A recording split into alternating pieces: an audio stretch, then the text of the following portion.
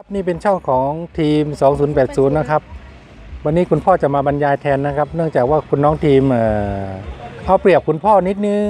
แต่ก็ไม่เป็นไรหรอกเพราะว่าคุณพ่อก็อยากจะพรีเซนต์เหมือนกันว่าตอนนี้เราก็มาถึงจุดชมวิวผาบ่องนะครับโอเคมันจะเป็นยังไงเราเดี๋ยวเข้าไปดูข้างในก่อนว่ามันเป็นเราจะทำยังไงก่อนนะเราจะสั่งกาแฟก่อนหรือว่าเราจะสั่งน้ำก่อนเลยก็ได้หรือว่าเราจะไปดูวิวก่อน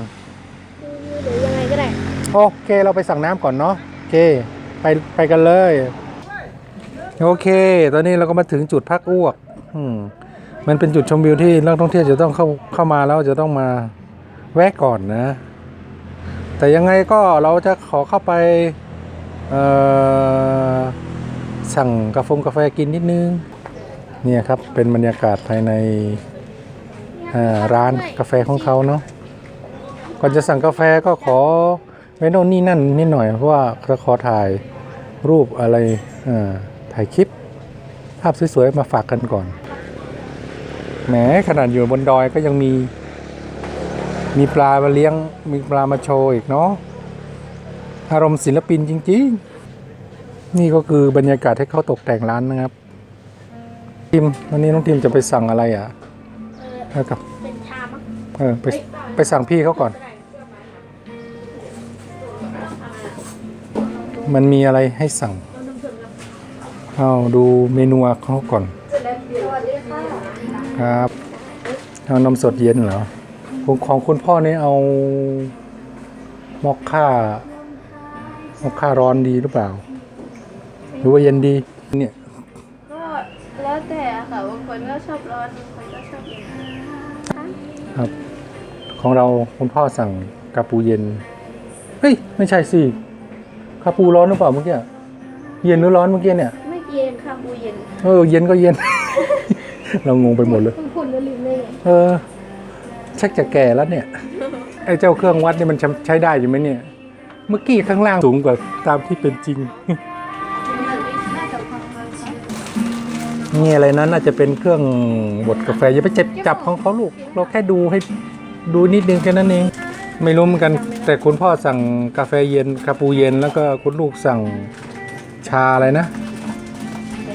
ชาเย็นเหรอสั่งไปแล้ว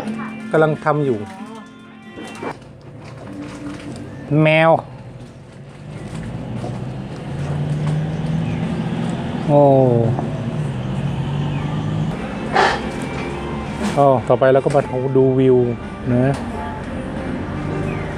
ดูการตกแต่งบรรยากาศในการตกแต่งร้านกาแฟของเขานะครับดูเพลิดเพลินกันไปไม่ต้องคิดอะไรมากครับเที่ยวก็เที่ยวนั่นแหละอันนี้มีของแถมนิดนึงอันนี้คือป้ายคำว่าเป็นภาษาไทยใหญ่นะครับคำว่าซูตองเป้หมายถึงว่าการอธิษฐานที่สำเร็จผลนั่นเองแปลว่าอย่างนี้นะครับดูได้นะอย่าไปดูได้นะของเขาแต่อย่าไปแตะนะทีวีรุ่นเก่าเอามาประดับบ้านของเก่าก็ใช่ว่าจะไร้ค่าเนาะบางทีเขาก็เอามาประดับตกแต่งอันนี้โทรศัพท์รุ่นนี้เราบอกตรงว่าไม่เคยใช้อันนี้อะไรนะไม่ใช่เกต้าอาคูเลเล่หรือเปล่านี่ครับนี่ก็คือบรรยากาศของหลังร้านนะครับนั่งชิวๆวิวดูวิวกัน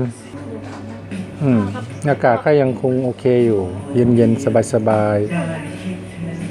ๆนี่คือวิวเนาะวิวของจุดชมวิวข้างบนมองจากร้านกาแฟลงไปแต่ก็ว่ามันค่อนข้างที่จะ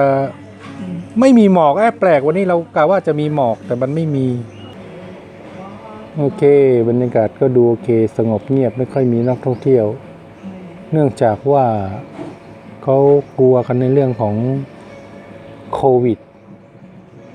มีเท่าที่เห็นก็มีมาจอดอยู่ประมาณสัก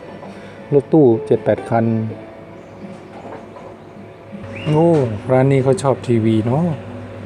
นี่ทีวีในชแนลรุ่นตำนานในตำนานเลยหาดูยากเหมือนกันระหว่างที่เรารอกาแฟนะครับก็มาดู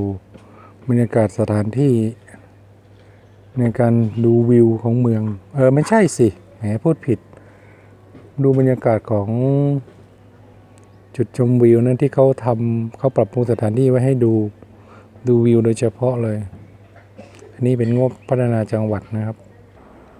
จากจุดนี้มองลงไปเราจะมองเห็นเขื่อนผาบ่องเนาะค่อนข้างที่จะสงบเงียบนะครับน้ำก็เริ่มน้อยแล้วก็ทีนี้ตอนนี้มันก็สายแล้วเนาะ9 นาฬิกากว่าแล้วมันเริ่มอุ่นขึ้นแต่ว่าตัวบนดอยเนี่ยก็ยังอากาศก็คงสบายเย็นสบาย18-19 องศาอยู่เรามาเที่ยวเนี่ยเราจะได้ไม่เรามาดูวิวดูอะไรนี่เราจะไม่ได้ดูในเรื่องของความศิวิไลซ์อะไรอย่างอื่นเลยแต่เราจะดูในเรื่องของบรรยากาศเนาะแล้วก็อากาศบริสุทธิ์เนาะที่ยังคงหาสัมผัสได้อยู่ซึ่งเราก็โหยหามันเนาะบางคนก็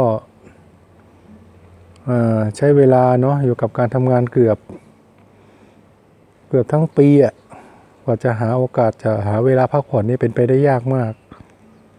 ฉะนั้นเมื่อเรามาเที่ยวมาสัมผัสกับบรรยากาศแล้วก็เราก็ต้องใช้โอกาสนี้เก็บเกี่ยวให้มากที่สุดเนาะวางเรื่องราวที่มันวุ่นวายแล้วกลับมาสู่ธรรมชาติกลับมาทบทวนตัวเองเนาะในรอบปีที่ผ่านมาอาจจะมีบางสิ่งบางอย่างที่เราจะต้องมีการปรับปรุงแก้ไขผมเชื่อว่าทุกคนจะผ่านพ้นในช่วงเวลาที่ยากลำบากไปได้แน่นอนเนาะแค่เรามองเห็นใบไม้ใบหญ้าแปลกๆแบบนี้ไม่ใช่แปลกๆสิแค่นี้เราก็มีความสุขแล้วอันนี้เราก็กลับมาดูย้อนหลังนะเป็นลานจอดรถที่เขาทำไว้ให้สำหรับนักท่องเที่ยวที่จะต้องมาจอดพักนะครับก็ค่อนข้างที่จะโอโถงไม่ใช่โอโถงกว้างขวางสบายอยู่แต่มันค่อนข้างที่จะเอียงนิดนึงก็ไปตามไหล่เขาเนาะจะหาพื้นราบมันก็ยากอยู่อย่างนี้เป็นป้ายนะจุดชมวิวผาบ่องก็สวยงามเนาะเป็นการทำป้ายที่ทันสมัยเนาะโลหะเงาวาวเชียว